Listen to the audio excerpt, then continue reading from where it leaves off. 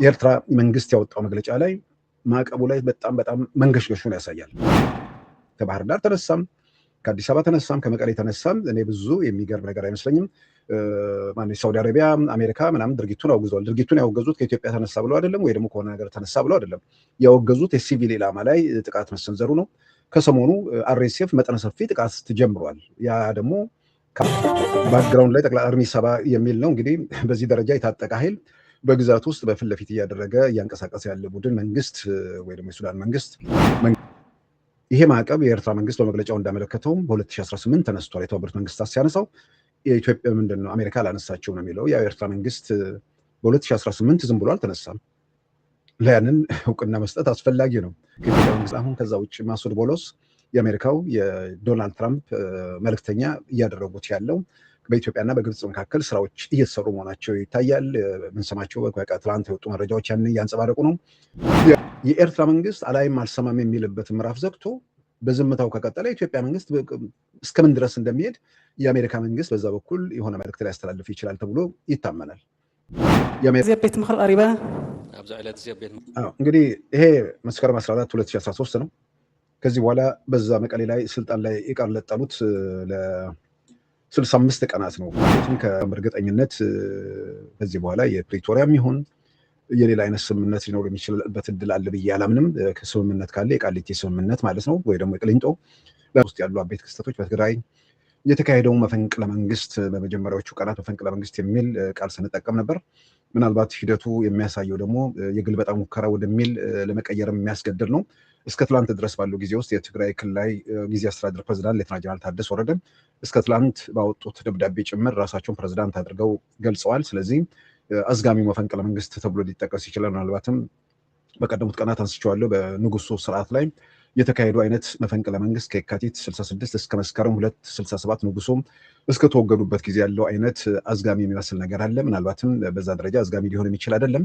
አሁን በትግራይ ውስጥ ያለው የፈረሰውን ምክር ቤት ማለትም በሁለት መንገድ፣ በአንድ በኩል በፕሪቶሪያ የሰላም ስምምነት መሰረት የተቋቋመ ጊዜያዊ አስተዳደር አለ። ይሄ ጊዜያዊ አስተዳደር ትግራይ ውስጥ ያለው የትግራይ ኃይሎች እና የፌዴራል መንግስት ጉዳይ ብቻ ሳይሆን የአፍሪካ ህብረት በዚህ ጉዳይ ላይ ዋና ሸምጋይ ነው።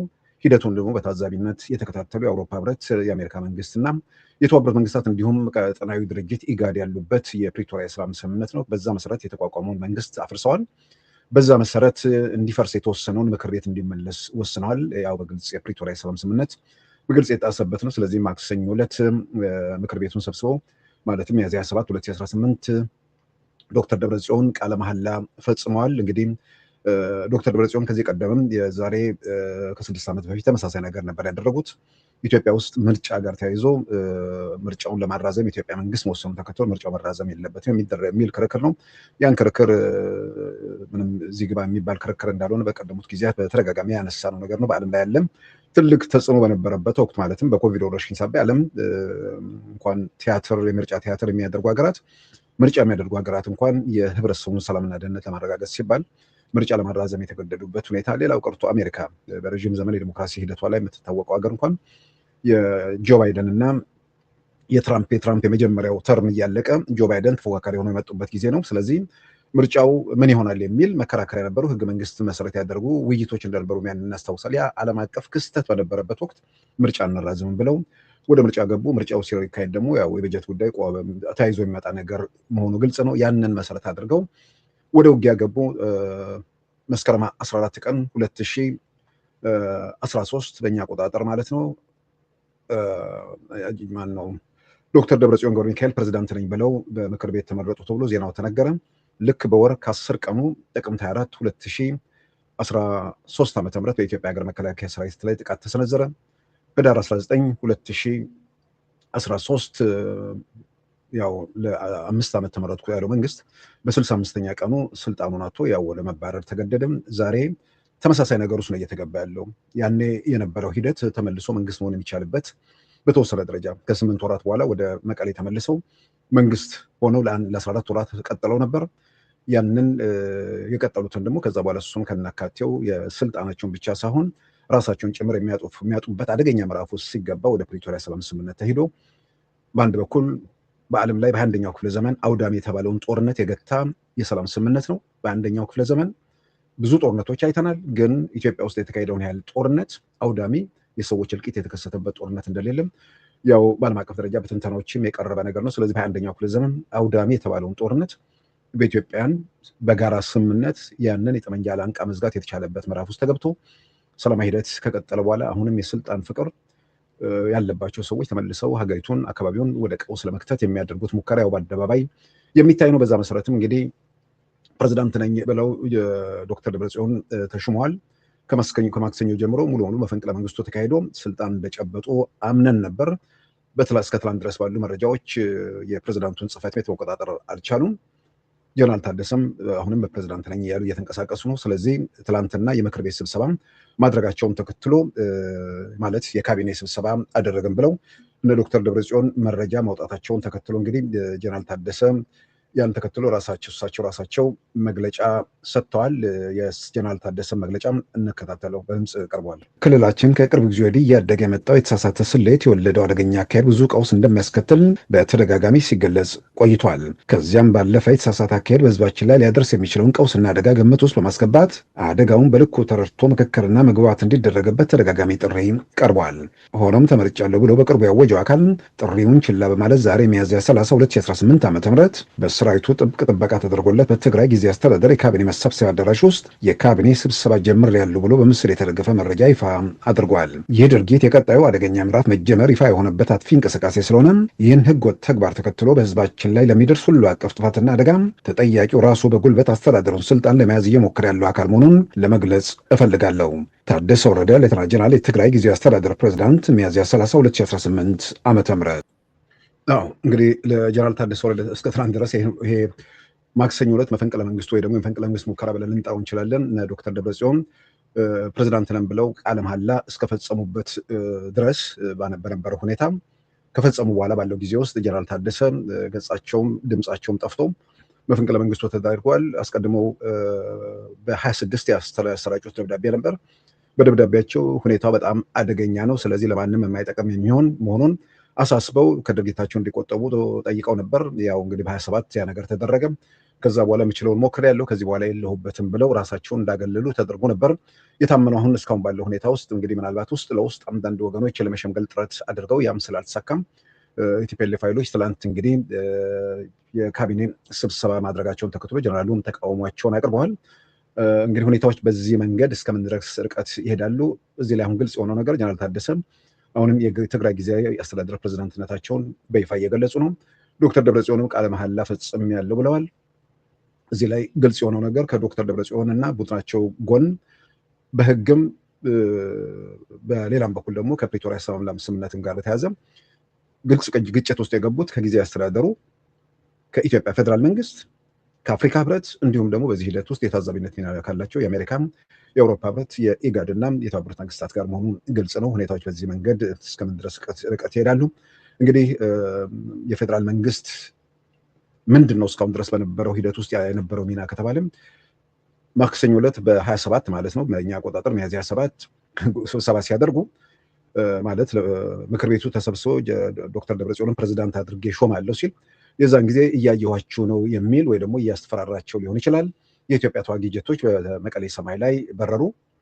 ከዛ በኋላ ሁኔታዎች ጸጥ ብለው የቆዩ ናቸው። ትናንትና እንደገና የካቢኔ ስብሰባ ሲያደርጉ በተመሳሳይ የኢትዮጵያ ተዋጊ ጀቶች በመቀሌ ሰማይ ላይ የሚበሩበት ሁኔታ ነው የተፈጠረው። የኢትዮጵያ መንግስት እያስጠነቀቀ ነው ብዬ በግሌ ገምታለሁ።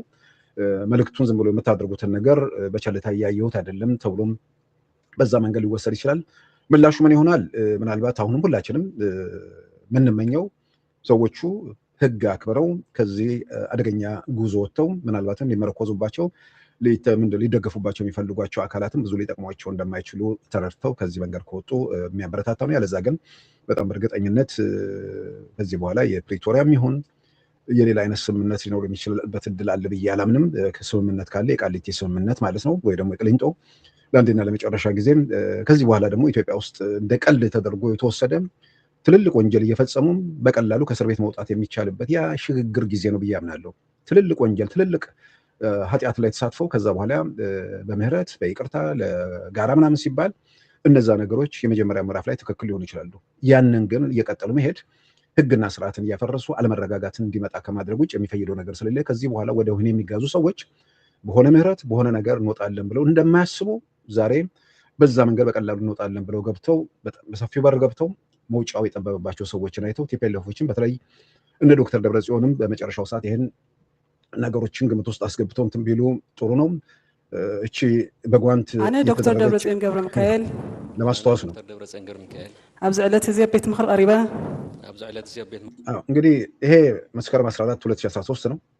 ከዚህ በኋላ በዛ መቀሌ ላይ ስልጣን ላይ ይቀርለጠሉት ለ65 ቀናት ነው። ማለትም ከመስከረም 14 2013 እስከ ህዳር 19 2013 ባሉት ጊዜያት ነው በዚህ ሁኔታ ላይ ስልጣን ላይ የቀጠሉት። ይሄ ምዕራፍ ያሁኑ ደግሞ ምን ያህል ርቀት ድረስ እንደሚሄዱ አናቅም። ሻሻይ ዘመን ቀዳማይ ስሩዕ ይሄ ያ ምክር ቤቱ በተሰበሰበበት ወቅት እነ አቶ ጌታቸው እነ ወይዘሮ ኬሪያ አሁን የተገደሉ በጦርነት የሞቱት እና አቶ አስመላሽ እነዚህ ሁሉ የምክር ቤት አባላት ናቸው። በአሁኑ ምክር ቤት ውስጥ ያ የተመረጠ የተባለ ውስጥ እነዚህ ሰዎች የሉም ብቻ ሳይሆን በዛ ምክር ቤት ውስጥ አፈጉባኤና ምክትል አፈጉባኤ የነበሩት ሰዎች ሁሉ በዚህ ሂደት ውስጥ እኚህ ሰው የሉም፣ አፈጉባኤ ናቸው።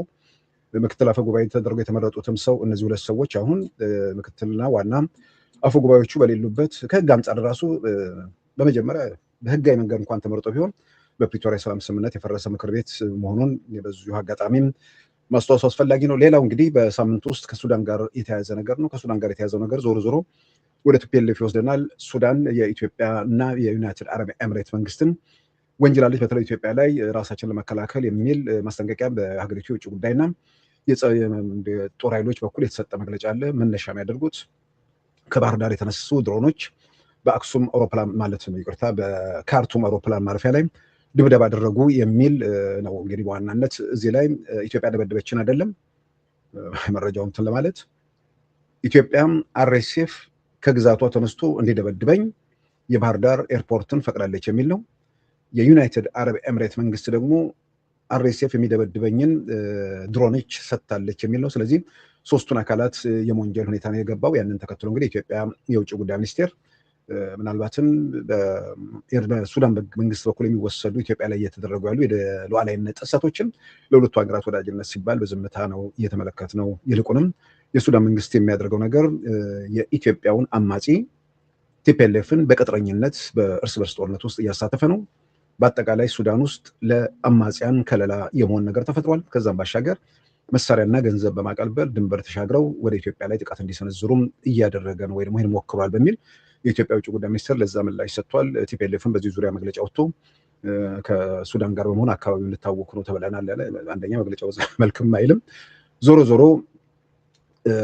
ሱዳን ውስጥ ያሉ ሰዎችም ካሉ ስደተኞች ያኔ በጦርነቱ ጊዜ የሄዱ ስደተኞች ናቸው በሚል ቲፒኤልኤፍ የተሰጠው እዛው ላይ የቀረቡ ብዙ ነገሮች አሉ።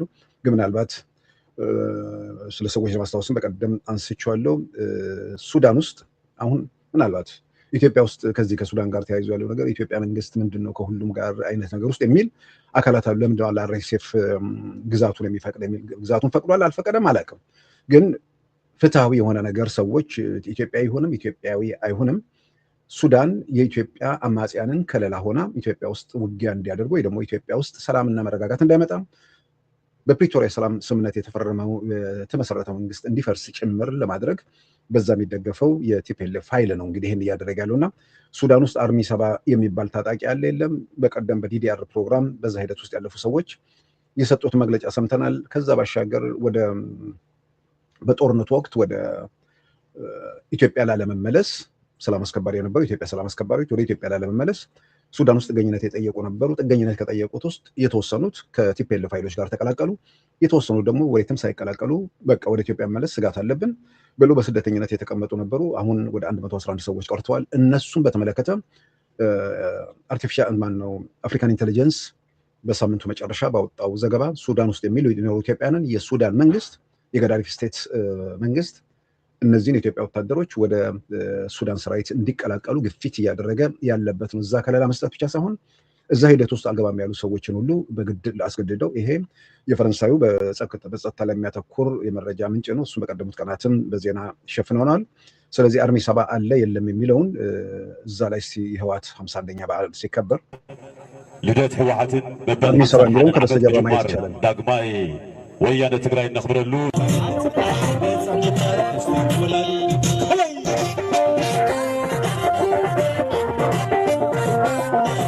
ወረቀቱ ለእንትን ላይ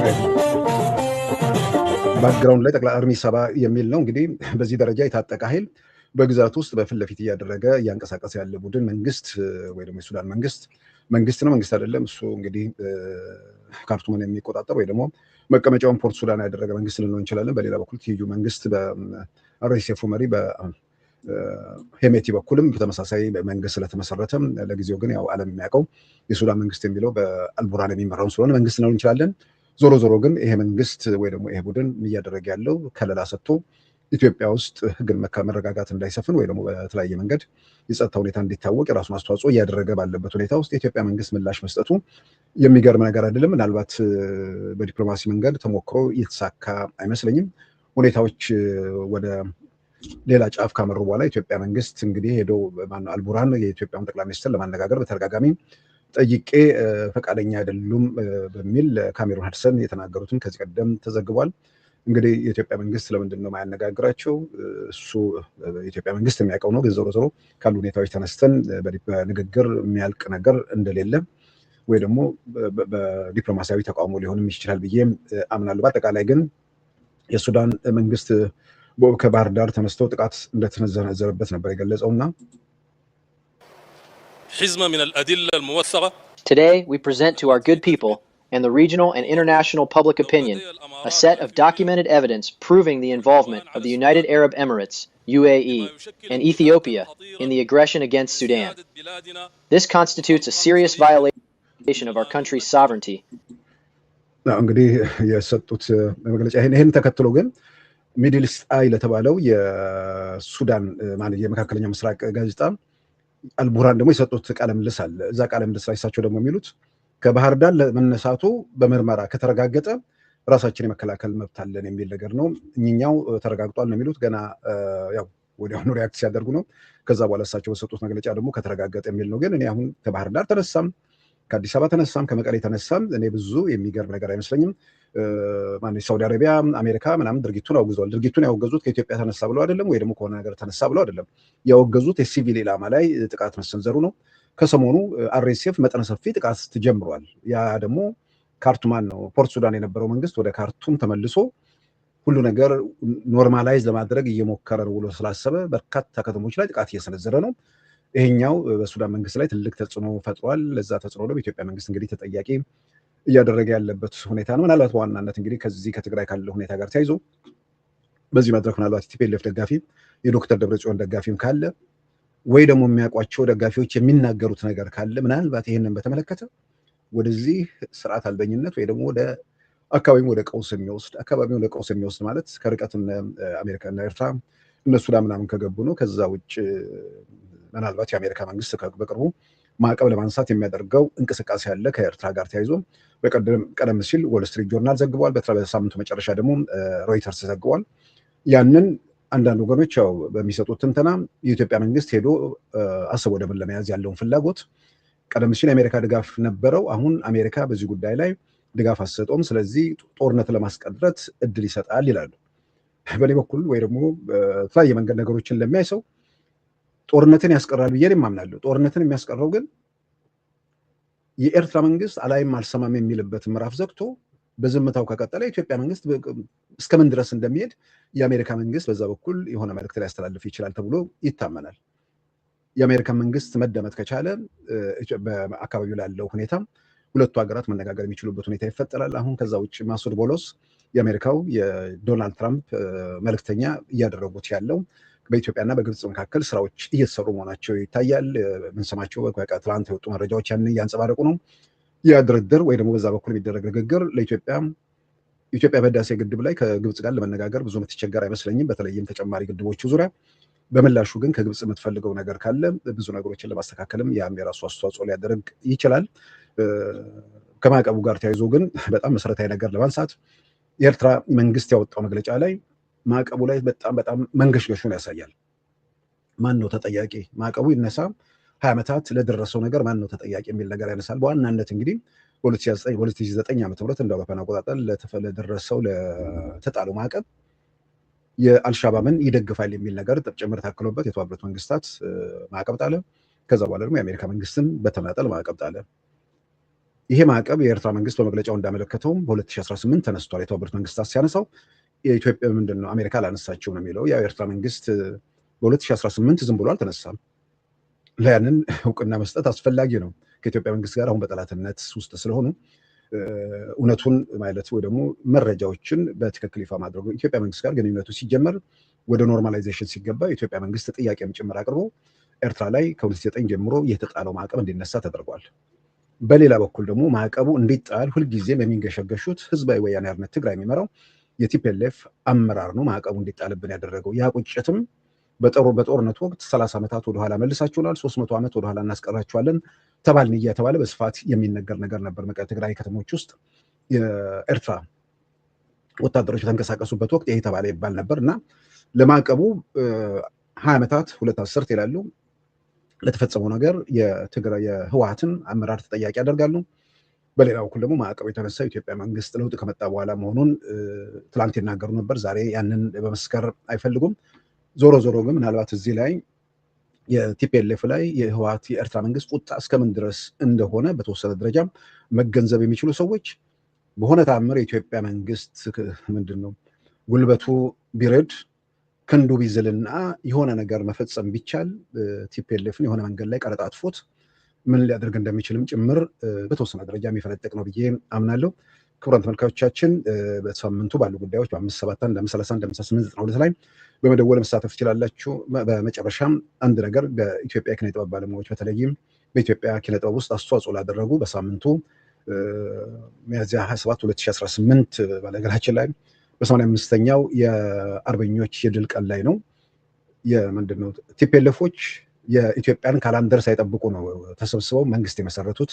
ያ ቀን በኢትዮጵያ ዝግ ነው። ምናልባት የኤርትራን ካላንደር እየጠቀሙ ነው አይደለም፣ እሱን አላውቅም። በሌላ በኩል ግን በዚህ ቀን ለኢትዮጵያ ኪነ ጥበብ ባለሙያዎች የመታሰቢያ ሐውልቶች በከተማው ላይ በስፋት ተሰርተው በተለያዩ ቦታዎች ያ ተመርቋል። ከንቲባ አዳነች አቤቤ የተገኙበት የተመረቀ ነው። ምናልባት ከተማው በተለያየ አካባቢ ብዙ ነገሮች እየተለወጡ ነው። በትልልቅ ከተሞችም የምናያቸው እንዲህ አይነት ነገሮች ናቸው። በዚህ ዙሪያ ሰፋ ያሉ ስራዎችን መስራት ተጨማሪ እድል ይሰጣል ብዬ አምናለሁ። ምናልባት